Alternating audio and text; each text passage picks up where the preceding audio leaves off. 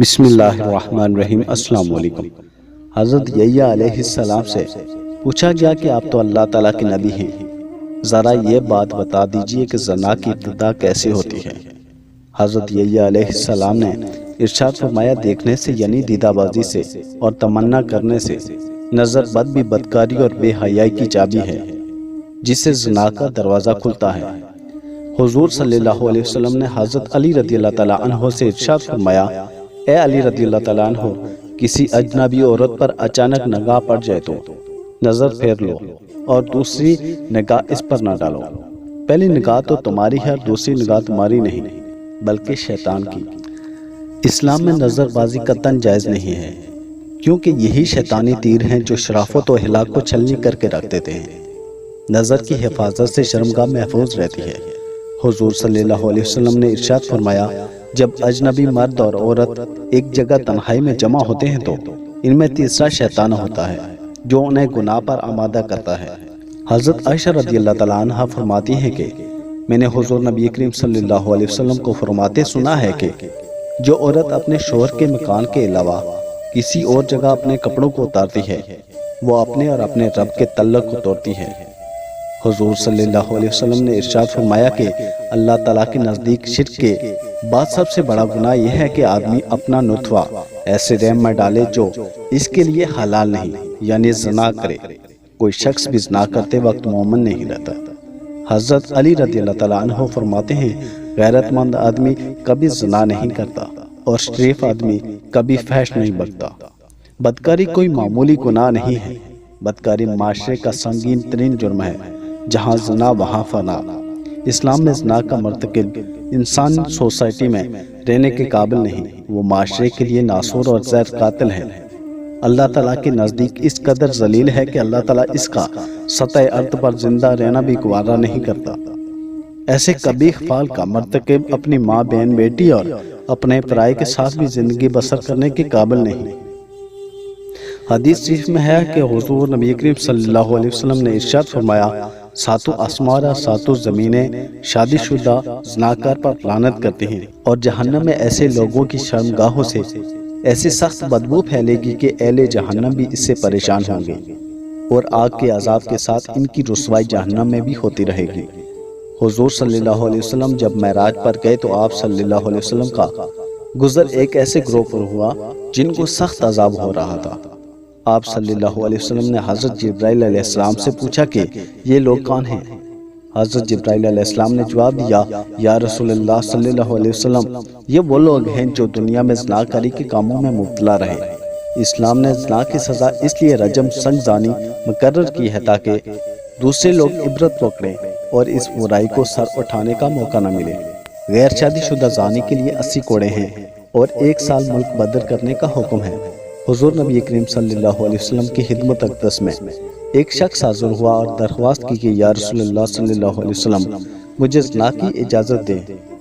آپ صلی اللہ علیہ وسلم نے ارشاد فرمایا، کیا تو چاہتا ہے کہ کوئی تیری ماں کے ساتھ زنا کرے؟ عرض کیا، نہیں چاہتا۔ آپ صلی اللہ علیہ وسلم نے ارشاد فرمایا، اسی طرح اور لوگ بھی نہیں چاہتے کہ ان کی ماؤں کے ساتھ زنا کیا جائے۔ پھر ارشاد فرمایا کہ کیا تو یہ پسند کرتا ہے کہ کوئی تیری بیٹی کے ساتھ زنا کرے؟ عرض کیا، نہیں۔ ارشاد فرمایا، اسی طرح اور بھی لوگ نہیں چاہتے کہ ان کی بیٹیوں کے ساتھ زنا کیا جائے۔ حضور صلی اللہ علیہ وسلم نے ارشاد فرمایا، انسان کا ہر عضو کا زنا میں حصہ ہوتا ہے، پس آنکھیں بھی زنا کرتی ہیں اور ان کا زنا دیکھنا ہے، اور ہاتھ بھی زنا کرتے ہیں اور ان کا زنا پکڑنا ہے، اور پاؤں بھی زنا کرتے ہیں، ان کا زنا چلنا ہے، اور منہ بھی زنا کرتا ہے، اس کا زنا بوسہ لینا ہے، اور دل خواہش کرتا ہے اور تمنا کرتا ہے، اور شرمگاہ اس کی تصدیق کرتے ہوئے زنا میں مبتلا ہوتی ہے یا جھٹلا کر باز رہتی ہے۔ حضرت مولانا شاہ عبدالعزیز دہلوی کے زمانے کا واقعہ ہے کہ دہلی صوبہ سرحد کا رہنے والا ایک طالب علم شاہ صاحب کے مدرسے میں پڑھتا تھا۔ مغل سلطنت کے زوال کا آخری دور تھا۔ شاہی خاندان کی ایک لڑکی کو یہ خوبصورت لڑکا پسند آ گیا۔ اس نے ملازم بھیج کر اس نوجوان کو بلا بھیجا اور اس کے ساتھ میل ملاپ پیدا کرنا چاہا۔ نوجوان نے معذوری کا اظہار کیا کہ میں ایک طالب علم ہوں، خدا سے ڈرو۔ لڑکی پر نوجوان کے وعظ کا کوئی اثر نہ ہوا اور وہ اس کے ساتھ تعلق قائم کرنا چاہتی تھی۔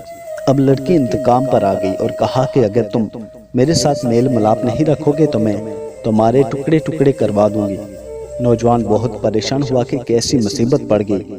سوچنے لگا کہ میں کیا کروں، ایک طرف ایمان دوسری طرف جان کا خطرہ۔ کچھ دیر سوچتا رہا، اس نے کہا اچھا ذرا قضائے حاجت سے فارغ ہو لوں۔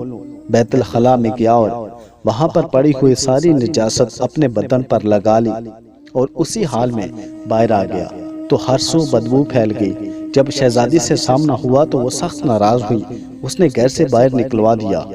لڑکے نے گندگی سے بھرے کپڑے دریا پر جا کر صاف کیے، کپڑوں کو دھویا، اچھی طرح غسل کیا، نجاست دور کی۔ اس دن کا سبق بھی ناغہ ہو گیا۔ اگلے دن شاہ صاحب کی خدمت میں حاضر ہوا تو انہوں نے دیکھتے ہی فرمایا کہ بیٹا آج کون سا عطر لگا کر آئے ہو؟ نوجوان بہت شرمندہ ہوا، دل میں سوچنے لگا کہ گندگی کی بدبو ابھی تک جسم میں رچی ہوئی لگتی ہے، نجاست کا اثر رہ گیا ہے، اس لیے شاہ صاحب کہہ رہے ہیں کہ کون سا عطر لگا کر آئے ہو؟ نوجوان کہنے لگا حضرت بہت دھویا، کیا کروں؟ واللہ بہت دھویا، سارا دن اسی میں گزر گیا، کیا کروں حضرت؟ مگر شاہ جی اس سے مسلسل عطر کے بارے میں پوچھ رہے تھے کہ کون سی خوشبو لگائی ہے کہ سارا کمرہ مہک اٹھا ہے۔ شاہ جی نے اس دن بچوں کو چھٹی دے دی اور اکیلے نوجوان سے وہ پوری داستان سنی۔ شاہ صاحب نے تمام کہانی سن کر قسم کھا کر کہا کہ نوجوان اتنی بہترین خوشبو میں نے اپنی زندگی میں آج تک نہیں سونگی، یہ جنت کی خوشبو ہے جو تیرے بدن سے آ رہی ہے۔ اللہ تعالیٰ نے تیرے ایمان کی حفاظت فرمائی، تو نے جوانی کی عمر میں اپنے آپ کو حرام کاری سے بچایا۔ خوش نصیب ہے وہ انسان جس کا دامن زناکاری سے آلودہ نہیں ہوا۔ دین اسلام پاکیزگی اور پاک دامنی کی زندگی اختیار کرنے کی تلقین کرتا ہے۔ اسلام بے حیائی کو پسند نہیں کرتا۔